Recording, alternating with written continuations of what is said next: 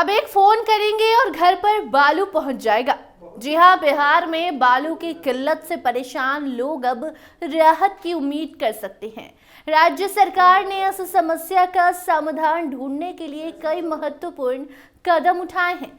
उप मुख्यमंत्री और खान एवं भू तत्व मंत्री विजय कुमार सिन्हा ने हाल ही में इस संबंध में घोषणा की कि लोग अब आसानी से बालू प्राप्त कर सकते हैं। इसके लिए सरकार ने कई नए उपायों की शुरुआत की है, जिनमें हेल्पलाइन नंबर जारी करना, बालू मित्र पोर्टल का संचालन और अन्य राज्यों से बालू लाने की व्यवस्था में सुधार शामिल है। बालू की कमी के कारण परेशान लोग अब 2 सरकारी हेल्पलाइन नंबरों पर संपर्क कर सकते हैं।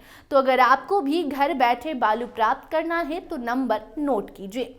नंबर है 0612221536 एक और नंबर है 9472238821। इन नंबरों पर कॉल करके लोग अपनी जरूरत के अनुसार बालू मंगवा सकते हैं। ये सेवा राज्य के कमांड एंड कंट्रोल सेंटर द्वारा उपलब्ध कराई जा रही है, जो ये सुनिश्चित करेगा कि लोगों को समय पर और सही मात्रा में बालू मिले। उप मुख्यमंत्री विजय कुमार सिन्हा ने बताया कि ये कदम सरकार की प्राथमिकताओं में शामिल है, ताकि आम लोगों को उनकी जरूरत के हिसाब से बालू मिल सके। उन्होंने विभाग के अधिकारियों को इस प्रक्रिया को सुचारू और त्वरित बनाने के निर्देश भी अब दे दिए हैं। बालू की आपूर्ति को और अधिक पारदर्शी और सुविधाजनक बनाने के लिए सरकार जल्द ही एक नई व्यवस्था शुरू करने जा रही है, जिसे बालू मित्र पोर्टल कहा जाएगा।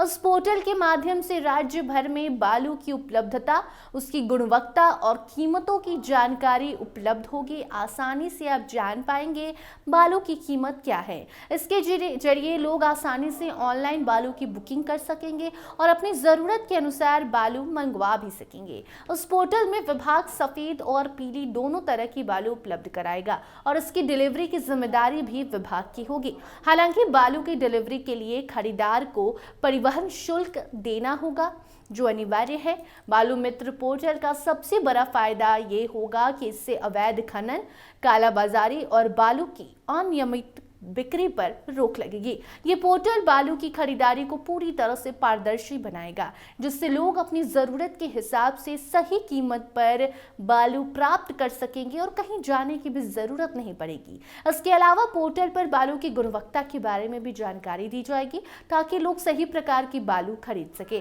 बालू की आपूर्ति को बढ़ाने और सही तरीके से वितरित करने के लिए सरकार खनन निगम का सहारा लेने पर विचार कर रही है।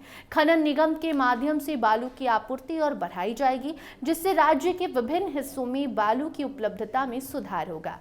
इसके अलावा विभाग ने यह भी तय किया है कि खनन के कार्यों में पूरी पारदर्शिता बरती जाएगी, ताकि अवैध खनन पर पूरी तरह से अंकुश लगाया जा सके। इसके साथ ही सरकार अन्य राज्यों से बिहार में बालू की आपूर्ति को भी सुसंगत और सुचारू बनाने के लिए काम कर रही है। इसके लिए ट्रांजिट परमिट की व्यवस्था की जा रही है, जो राज्य के बाहर से आने वाले खनिजों की बिक्री और परिवहन में मदद करेगा।